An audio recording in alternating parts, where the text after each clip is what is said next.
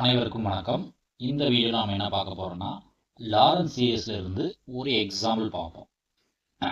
So Lawrence series apply பண்ணுறதுக்கு முன்னாடி ஃபங்க்ஷனை நம்ம பார்ஷியல் ஃப்ராக்ஷன் யூஸ் பண்ணி பிரிக்கணும். ஸோ நியூமரேட்டரில் மேக்ஸிமம் இசட்டோட பவர் என்ன கொடுத்துருக்கான்னா ஒன்றுமே இல்லை, அப்போ 0 இருக்கிற மாதிரி அஷ்யூம் பண்ணிக்குவோம். டினாமினேட்டரில் மேக்ஸிமம் பவர் என்ன கொடுத்துருக்கோம்னா ஃபர்ஸ்ட் டேர்மில் z-1 ஹோல் ஸ்கொயர் இருக்குது, அப்போ z² மேக்ஸிமம் கிடைக்கும். ரெண்டாவது டைம்ல z மட்டும் கிடைக்கும். இப்போ மேலே மேக்ஸிமம் பவர் என்னன்னு பார்த்தீங்கன்னா 0, கீழே மேக்ஸிமம் பவர் என்னன்னு பார்த்தீங்கன்னா பவர் 3 இருக்கு. என்னைக்குமே நியூமரேட்டரோட பவர் குறைவாக இருக்கணும், டினாமினேட்டரோட பவர் அதிகமாக இருந்துச்சு அப்படின்னா இது ப்ராப்பர்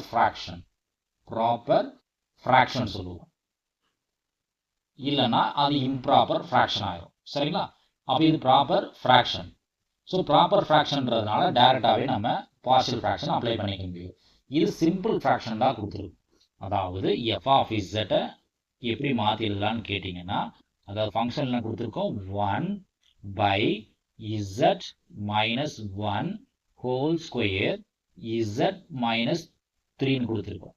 இதை பிரித்து எழுதினா என்ன ஆகுன்னு பார்த்தீங்கன்னா ஃபர்ஸ்ட் டேர்ம் a by நான் repeated z-1 plus b by term repeat ஆயிருக்கு, அப்போ z-1 whole square plus c by another non-repeated z-3 ஆயிரும்.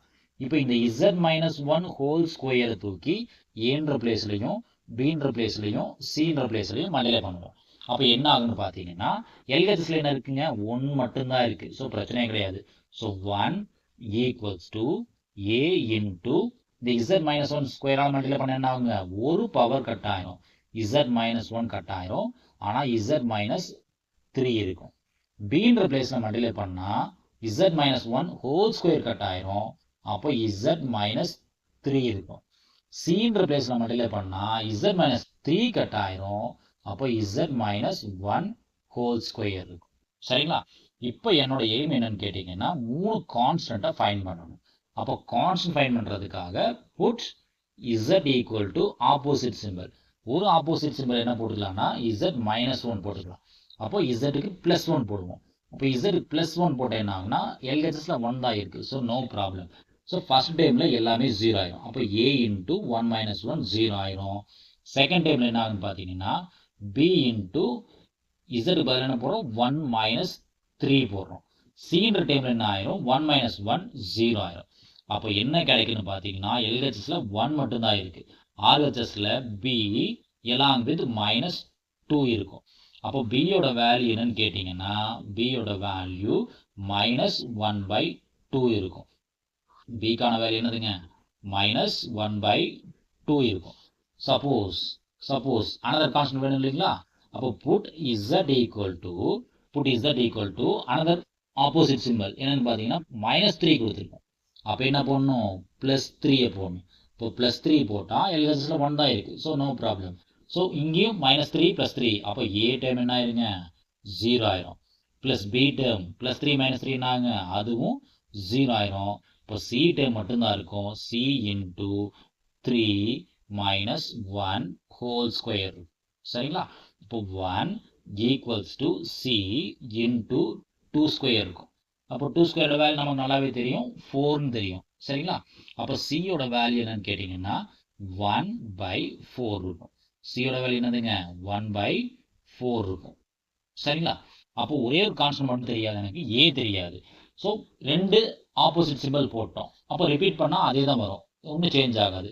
இப்போ டிஃபால்ட்டாக நம்ம என்ன போடுவோம்னா z-க்கு பதிலாக 0 போடுவோம். ஏன்னா 0 எங்கேயுமே ரீப்ளேஸ் பண்ணலை, அதனால டிஃபால்ட்டாக z-க்கு 0 போடுவோம். அப்போ LHSல என்ன இருக்குது, அதே 1 தான் இருக்குது. RHSல a ஃபர்ஸ்ட் ப்ராக்கெட்டில் என்ன இருக்கும், -1 இருக்கும். செகண்ட் ப்ராக்கெட்டில் என்ன இருக்கும், -3 இருக்கும். ப்ளஸ் b ஃபர்ஸ்ட் ப்ராக்கெட்டில் ஒரே ப்ராக்கெட் தான் இருக்குது, அப்போ -3. தேர்ட் ஒன்ல என்ன இருக்குன்னு பார்த்தீங்கன்னா c 0 போட்டால் -1 ஹோல் ஸ்கொயர் இருக்கும். அப்போ 1 ஈக்குவல்ஸ் டு மைனஸ் என்ன ஆயிருங்க, ப்ளஸ் ஆயிரும். அப்போ +3a இருக்கும்.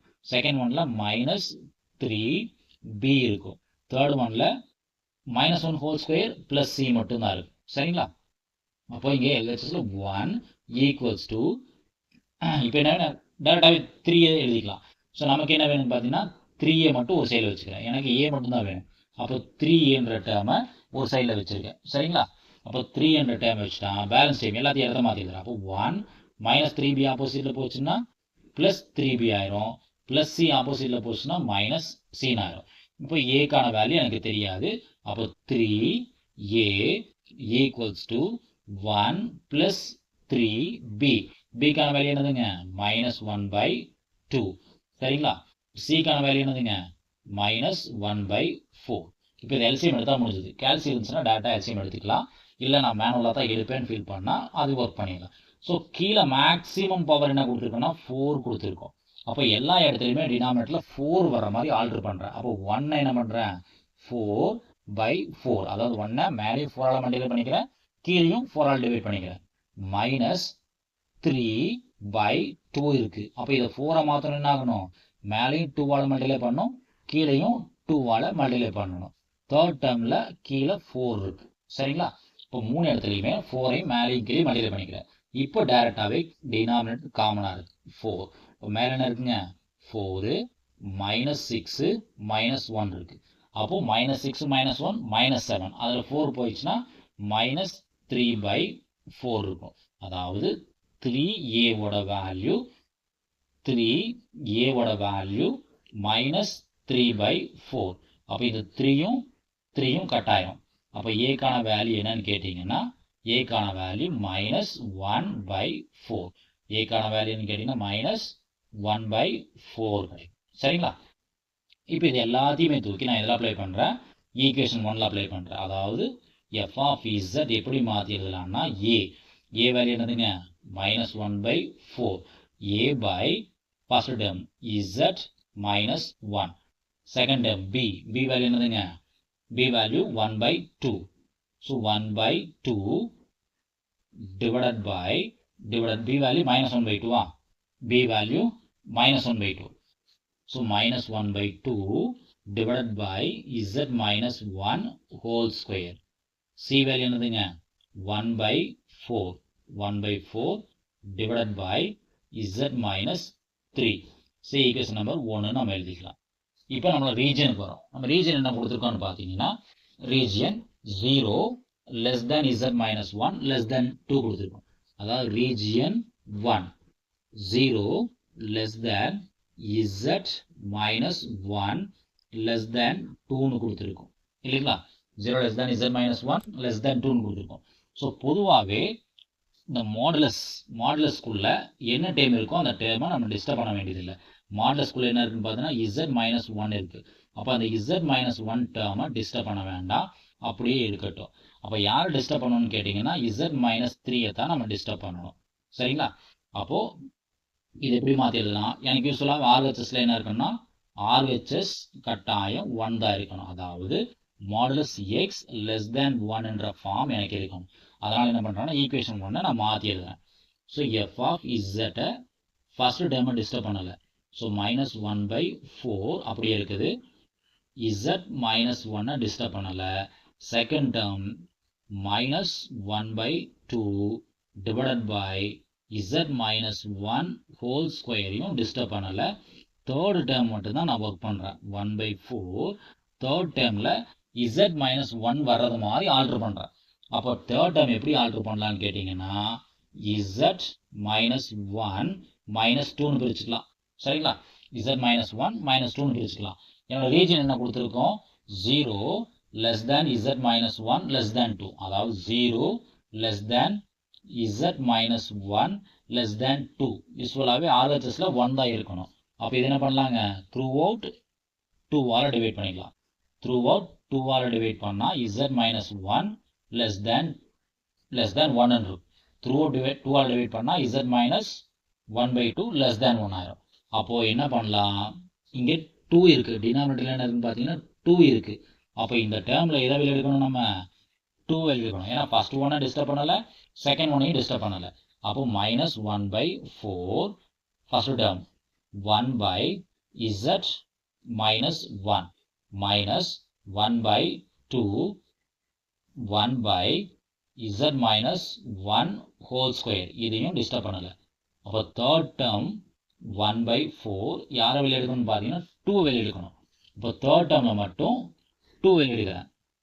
அப்போ 1 டிவைடட் பை நான் -2 வெளியிடுகிறேன். அப்போ என்ன ஆகுன்னு பார்த்தீங்கன்னா z -1 பை -2 வெளியே போயிடும்.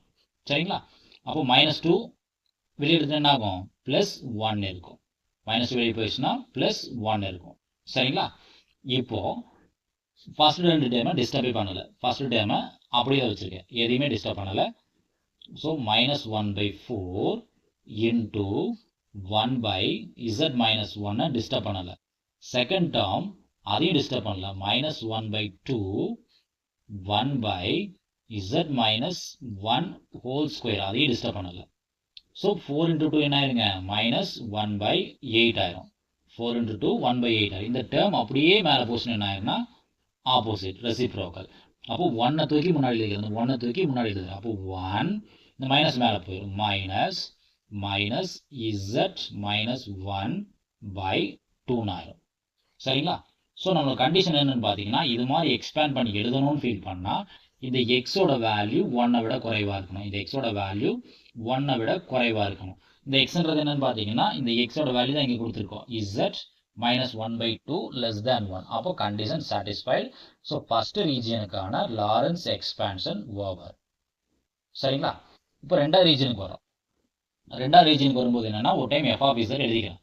இப்போ ரெண்டாவது ரீஜியன் என்னன்னு கொடுத்துருக்கோன்னு பார்த்தீங்கன்னா, ரெண்டாவது ரீஜியன் 0, அதாவது region 2 0 less than z -3 less than 2னு கொடுத்துருக்கோம். z -3 less than 2. So first ஒரு டைம் நான் என்னோட f of z எழுதிக்கிறேன். f of z என்னன்னு பார்த்தீங்கன்னா a value -1/4 divided by z -1, b value -1/2 by z -1 whole square, c value 1/4, c value 1/4 divided by z -3. Check பண்ணிங்க. c value 1/4 divided by z -3. சரிங்களா? 1/4 equation 1 பார்த்தோம். So இப்போ condition பார்க்குறோம். So கண்டிஷனில் என்ன கொடுத்துருக்கோன்னு பார்த்தீங்கன்னா, மாடுலஸ் z -3ன்னு கொடுத்துருக்கோம். அப்போ ப்ராக்கெட்டுக்குள்ளே என்ன இருக்குன்னு, அதாவது மாடுலஸ்குள்ளே என்ன இருக்குன்னா z -3 இருக்குது. அப்போ இந்த z -3ன்ற இந்த தேர்டு டேர்மை டிஸ்டர்ப் பண்ணல, அப்படியே வச்சுருக்கேன். அப்போ யார் டிஸ்டர்ப் பண்ணணும்னு பார்த்தீங்கன்னா z -1ஐயும் z -1 ஹோல் ஸ்கொயரையும் தான் டிஸ்டர்ப் பண்ணி ஆகணும். ஸோ z -3 less than 2 இருக்குது. அப்போ ரெண்டு பக்கமும் 2ஆல் டிவைட் பண்ணுறோம். ஏன்னா less than 1 தான் இருக்கணும். RHSல less than 1 இருக்கணும். அப்போ z -3/2 போட்டிங்கன்னா, அதாவது டிவைட் த்ரூ அவுட் பை 2 போட்டிங்கன்னா less than 1 ஆகும். அதாவது மாடுலஸ் x less than 1 இருக்கணும். அந்த ஃபார்மேட்டுக்கு மாற்றணும். அதுக்காக மாற்றிருக்கேன். அப்போது ஃபர்ஸ்ட் டைம் என்ன இருக்குன்னு பார்த்தீங்கன்னா z -1 இருக்குது. அதை z -3ஆக மாற்றணும். இந்த டைம் கூட மெரிச் பண்ணணும்னா zன்ற டைம் பதிலாக z -3 இருக்கணும். அப்போ எழுதிட்டேன், z -3ன்னு எழுதிட்டேன். அப்போது -3 கூட என்ன வந்திருக்கும்? +2 வந்திருக்கும். அப்போ அது என்ன ஆகும்? 3 2 கம்மி பண்ணும்போது என்ன ஆகும்? -1 கிடைக்கும். அப்போ z -3 +2ன்னு மாற்றிக்கலாம். அப்போ ஃபர்ஸ்ட் டைம் எப்படி மாற்றலான்னு கேட்டிங்கன்னா, ஃபர்ஸ்ட் டைம் -1/4 1 by z பதில் என்ன போடணும்? z -3 +2ன்னு எழுதிக்கலாம். சரிங்களா? Similarly second time -1/2 1 divided by z -3 +2. ஏன்னா 3 +2ன்றது -1 தான். அப்போ பிரச்சனை இல்லை. தேர்ட் டேர்மை டிஸ்டர்ப் பண்ணல, அப்படியே வச்சிருக்கேன். தேர்ட் டேர்மை டிஸ்டர்ப் பண்ணல. சரிங்களா? இப்போ என்ன டினாமினேட்டரில் என்ன இருக்குன்னு பார்த்தீங்கன்னா, இந்த கண்டிஷனில் டினாமினேட்டரில் 2 வெளியே எடுக்கணும். சரிங்களா? அப்போ இந்த இடத்துல எதை வெளியே எடுக்கணும்னு பார்த்தீங்கன்னா, ஃபர்ஸ்ட் 2 டேர்மில் +2 வெளியே எடுக்கணும், இங்கேயும் +2வை வெளியே எடுக்கணும். சரிங்களா? அப்போது ஃபர்ஸ்ட் டேர்மில் -1/4 டிஸ்டர்ப் பண்ணலை, இன்ட்டு 1 by +2 வெளியே எடுக்கிறேன். அப்போ 2 வெளியே எடுத்து என்ன ஆகுங்க? z -3/2 ஆயிரும். z -3/2 +2 வெளியே போச்சுன்னா ஆகும் 1 கிடைக்கும். சரிங்களா?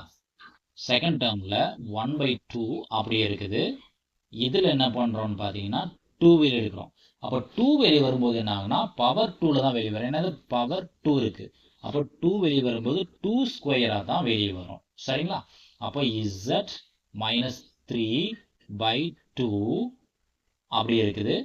ப்ளஸ் 2 வெளியே போச்சுன்னா என்ன ஆகும் 1 இருக்கும். ஆனால் என்ன ஹோல் பவர் 2 இருக்கும். அது மட்டும் கேர்ஃபுல்லாக இருக்கணும். ஸோ ப்ளஸ் 1/4 1/z minus 3, அதாவது தேர்டு டேர்மை டிஸ்டர்பே பண்ணலை. தேர்ட் டேர்ம் அப்படியே வச்சிருக்கோம். சரிங்களா? இப்போ இந்த டேர்ம் அப்படியே மேலே போச்சுன்னா என்ன ஆகுன்னு பார்ப்போம். ஸோ -1/4 × 2 என்ன ஆகும் 8ன்னு ஆயிரும். இந்த டேர்ம் அப்படியே மேலே போச்சுன்னா என்ன ஆயிரும் ஹோல் இன்வர்ஸ் ஆயிரும். அதாவது இடத்த மாற்றிக்கிறேன். இந்த 1 தூக்கி முன்னாடி எழுதிக்கிறேன். இப்போ 1 + z minus 3/2 ஆயிரும். சரிங்களா?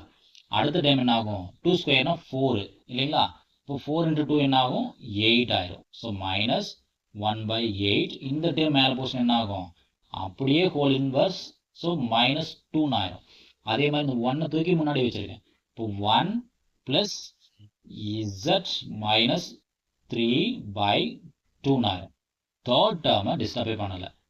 ஸோ 1/4 1/z minus 3ன்ற இந்த தேர்டு டேர்மை டிஸ்டர்ப் பண்ணலை. சரிங்களா? இப்போ நம்ம கண்டிஷன் சாட்டிஸ்ஃபைட் ஆகுதான்னு பார்க்கணும். ஸோ நம்ம கண்டிஷன் என்னன்னு பார்த்தீங்கன்னா இப்படி எக்ஸ்பேண்ட் பண்ணி எழுதும்போது எக்ஸோட வேல்யூ 1 விட குறைவாக இருக்கணும். இங்கேயும் எக்ஸோட வேல்யூ 1 விட குறைவாக இருக்கணும். சரிங்களா? இப்போ எக்ஸ் கண்டிஷன் என்ன கொடுத்துருக்கோம்னு பார்த்தா நம்ம கண்டிஷன் என்ன கொடுத்துருக்கோம் z minus 3/2 less than 1. So condition ஒரு டைம் எழுதிக்கிறேன். கண்டிஷன் என்ன z minus 3/2 1 விட குறைவாக இருக்கணும். ஆமாம், இங்கே z minus 3/2 1 விட குறைவாக தான் இருக்குது. ஸோ நம்மளோட Lawrence series expansion for second term over f of z. சரிங்களா? இந்த வீடியோ உங்களுக்கு கட்டாயம் பிடிச்சிருக்குன்னு நினைக்கிறேன். பிடிச்சிருந்துச்சுன்னா என்னோட வீடியோக்கு லைக் பண்ணுங்கள், உங்கள் ஃப்ரெண்ட்ஸுகளுக்கு ஷேர் பண்ணுங்கள், மறக்காமல் என்னோட சேனலை சப்ஸ்கிரைப் பண்ணுங்கள். நன்றி. மீண்டும் இன்னொரு வீடியோவில் பார்ப்போம். நன்றி.